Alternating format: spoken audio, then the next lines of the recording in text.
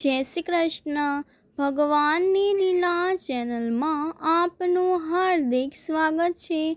આ વિડીયોમાં આપણે શનિ જયંતીના દિવસે શું કરવું જોઈએ અને શનિની થૈયા અને સાડા સત્તી વચ્ચે શું તફાવત છે તે સંપૂર્ણ માહિતી આ વિડીયોમાં જાણીશું। તે પહેલાં સૌપ્રથમ વખત આ ચેનલમાં જો આવી રહ્યા હોવ તો ચેનલને સબસ્ક્રાઈબ અને વિડીયોને લાઈક કરવાનું ભૂલતા નહીં। તો આજે શનિ જયંતી છે। શનિ જયંતી વૈશાખ માસની અમાસના દિવસે ઉજવવામાં આવે છે અને આ દિવસે શનિદેવની વિશેષ પૂજા પણ કરવામાં આવે છે। શનિદેવ અપંગ, ગરીબ અને મજૂર વર્ગના સ્વામી છે, તેથી આ દિવસે જરૂરિયાતમંદ લોકોને મદદ કરવી જોઈએ। તેમને ખોરાક અને ચંપલ પણ દાન કરી શકો છો। સ્કંદ પુરાણના કાશીખંડની કથા અનુસાર રાજા દક્ષની પુત્રી સંજ્ઞાના લગ્ન સૂર્ય સાથે થયા હતા। સંજ્ઞાએ વૈશ્વત, મનુ, યમરાજ અને યમુનાને જન્મ આપ્યો। જ્યારે સૂર્ય ચમકી ન શક્યા ત્યારે સંજ્ઞાએ તેનો પડછાયો સૂર્યની નજીક છોડીને ચાલ્યા ગયા। સૂર્યને આ ખબર ન હતી। આ પછી છાયા અને સૂર્યને પણ 3 બાળકો થયા, જે શનિદેવ, મનુ અને ભદ્રા હતા। શનિદેવની 2 પત્નીઓ મંદા અને જ્યેષ્ઠા છે। હાલમાં શનિ કુંભ રાશિમાં છે। આ કારણથી કર્ક અને વૃશ્ચિક રાશિવાળા લોકો મુશ્કેલીમાં હોય છે। સાડા સત્તી મકર, કુંભ અને મીન રાશિના લોકો પર પડે છે। સિંહ રાશિના લોકો પર શનિની સીધી નજર હોય છે। મેષ રાશિના લોકો પર શનિની અસર જોવા મળે છે।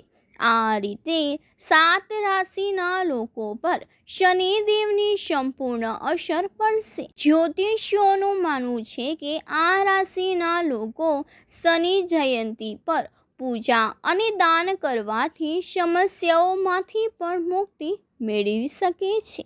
ચાલો જાણીએ કે શનિ જયંતીના દિવસે શું કરવું જોઈએ। તો શનિદેવ ન્યાય અને પરિશ્રમના દેવતા છે, તેથી જરૂરિયાતમંદ લોકોની મદદ કરો અને તેમને દાન કરો।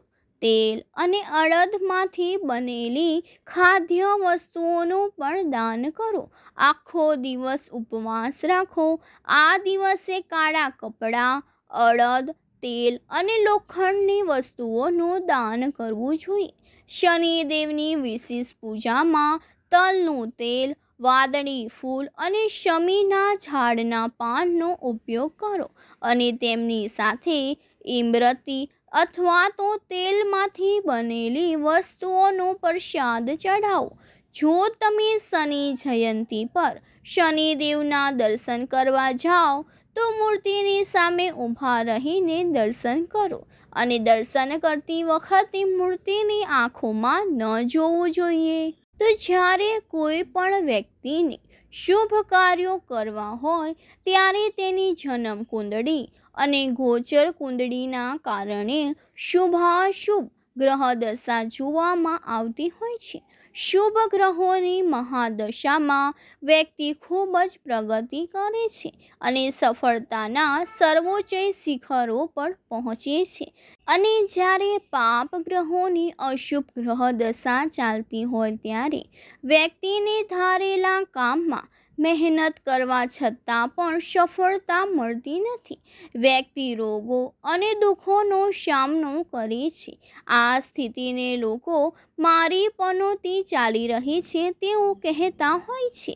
પણ જી હા, આ પનોતી શબ્દ તમે ઘણીવાર સાંભળ્યો હશે। વ્યક્તિને આ જીવનમાં કરેલા કે પૂર્વજન્મમાં કરેલા ખરાબ કાર્યોની સજા રૂપે મળતા દુઃખોને પનોતી અથવા તો શનિની સાડા સત્તી કે થૈયા ચાલી રહી છે તેવું કહેવાય છે। શનિદેવને હિન્દુ ધર્મમાં ન્યાયના દેવતા કહેવામાં આવે છે। એવી માન્યતા છે કે શનિદેવ વ્યક્તિને તેના કર્મો અનુસાર ફળ આપે છે. સારા કર્મોનું શુભ ફળ મહાદશામાં અને અંતરદશામાં વ્યક્તિને રંગથી રાજા બનાવી દે છે. વ્યક્તિને દરેક કામમાં સફળતા અને ધન લાભ પણ થાય છે. જ્યારે વ્યક્તિના ખરાબ કર્મોનું રિટર્ન આપવાની વાત આવે ત્યારે તે વ્યક્તિને રાશિમાં ગોચર દરમિયાન શનિ આવે ત્યારે આપે છે. જે રાશિમાં 7.5 વર્ષ સુધી શનિદેવનો પ્રભાવ રહે છે તેને 7.5 કહેવામાં આવે છે અને શનિના થૈયાનો પ્રભાવ વ્યક્તિ પર 2.5 વર્ષ સુધી રહે છે. આજે શનિ જયંતિના દિવસે જાણો શનિની 7.5 અને થૈયાની અસર વિશે. જ્યોતિષમાં તેનું શું મહત્વ છે? પનોતી તરીકે ઓળખાતી આ દશામાં શનિદેવ કેવા કેવા કષ્ટો આપે છે? ચાલો જાણીએ કે 7.5 શું છે. તો શનિની 7.5 7 વર્ષ સુધી ચાલનારી ગ્રહ દશાને શનિની 7.5 કહેવામાં આવે છે. જ્યોતિષ શાસ્ત્ર પ્રમાણે શનિ સૌથી ધીમી ગતિ કરનારો ગ્રહ છે. શનિને એક રાશિમાંથી બીજી રાશિમાં જવા માટે લગભગ 2.5 વર્ષનો સમય લાગે છે. એટલે શનિ રાશિ ચક્રમાં દર 2.5 વર્ષે એકવાર રાશિ પરિવર્તન કરે છે. તો શનિની 7.5ની અસરને સમજવી હોય તો આપણે હાલ શનિ કુંભ રાશિમાં ભ્રમણ કરી રહ્યો છે તો તેની સ્થિતિને સમજીએ તો 29 એપ્રિલ 2022ના રોજ શનિએ 2.5 વર્ષ માટે કુંભ રાશિમાં ભ્રમણ શરૂ કર્યું હતું, જે શનિની 7.5નું બીજું ચરણ કહેવાય છે. એ જ વખતે કુંભની આગળની રાશિ મીનમાં શનિની 7.5નું પ્રથમ ચરણ શરૂ થયું હતું. આ સાથે જ કુંભની પાછળની રાશિ મકરમાં 7.5નું ત્રીજું ચરણ શરૂ થયું હતું. એટલે કુંભ રાશિમાં શનિની 7.5ની શરૂઆત 24 જાન્યુઆરી 2020થી થઈ હતી, જે 3 જૂન 2027 સુધી ચાલશે.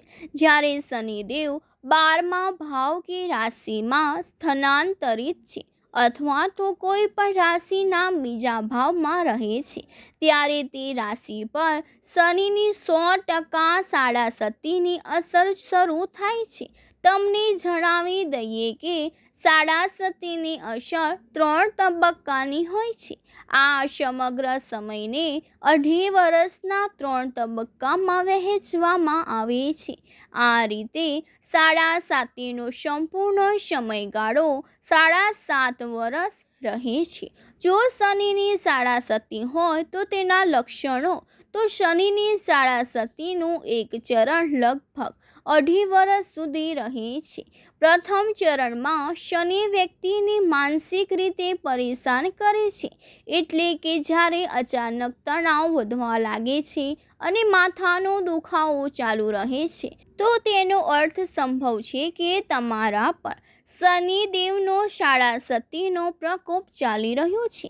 બીજા ચરણમાં શનિ આર્થિક અને શારીરિક પરેશાનીઓનું કારણ બને છે.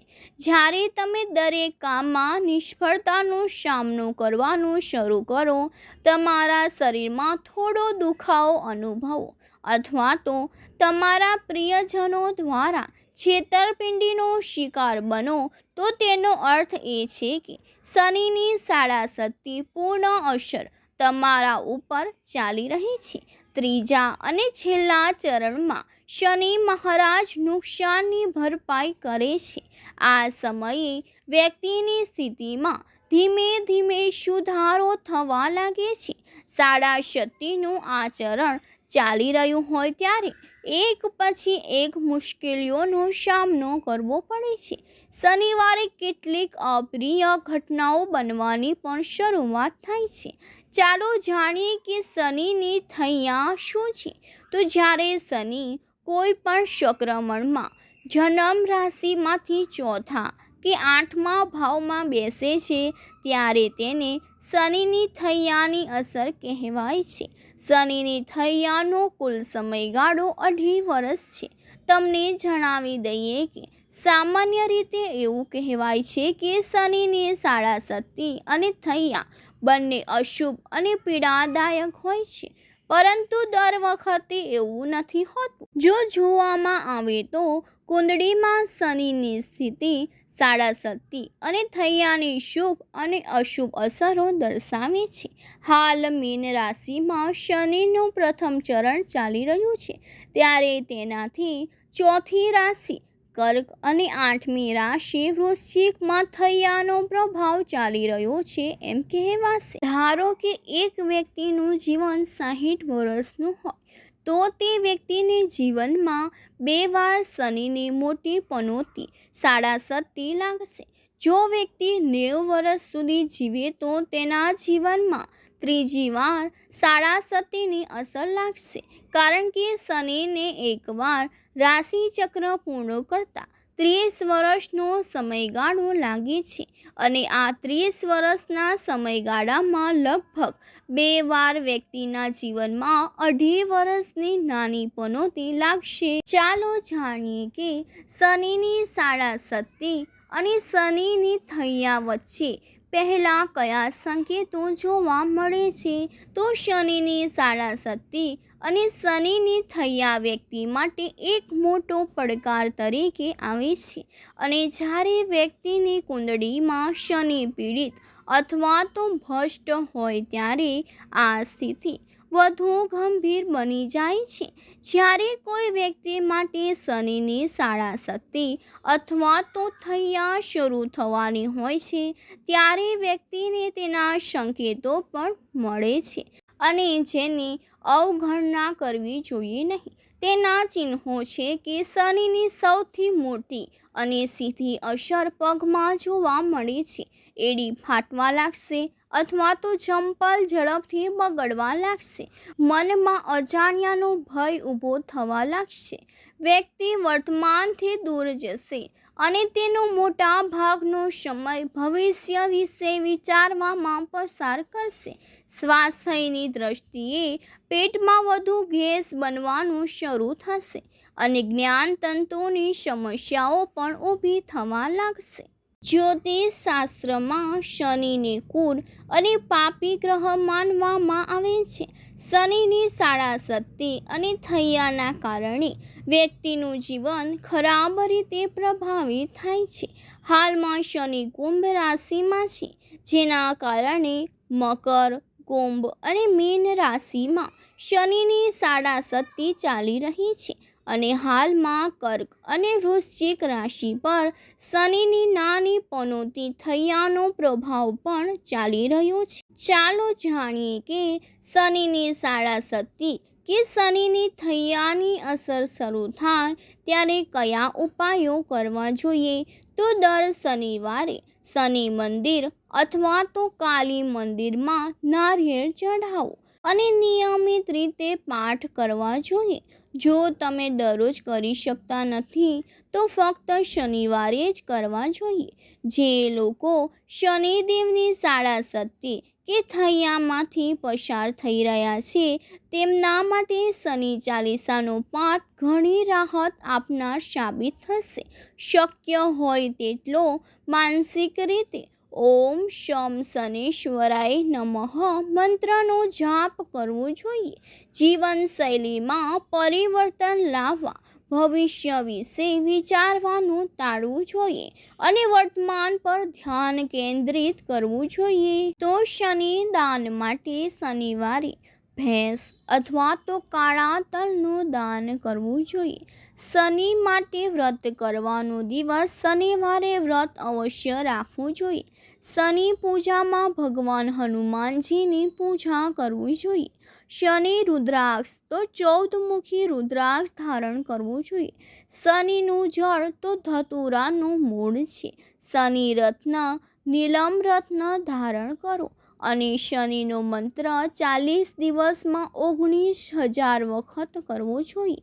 જો આ વિડીયો પસંદ આવ્યો હોય તો વિડીયોને લાઈક કરજો, મારી ચેનલને સબસ્ક્રાઈબ કરજો અને બેલનું આઇકોનને પ્રેસ કરવાનું ભૂલતા નહીં, જેથી આવા વિડીયો તમે સૌથી પહેલાં જોઈ શકો. જય શ્રી કૃષ્ણ, જય માતાજી.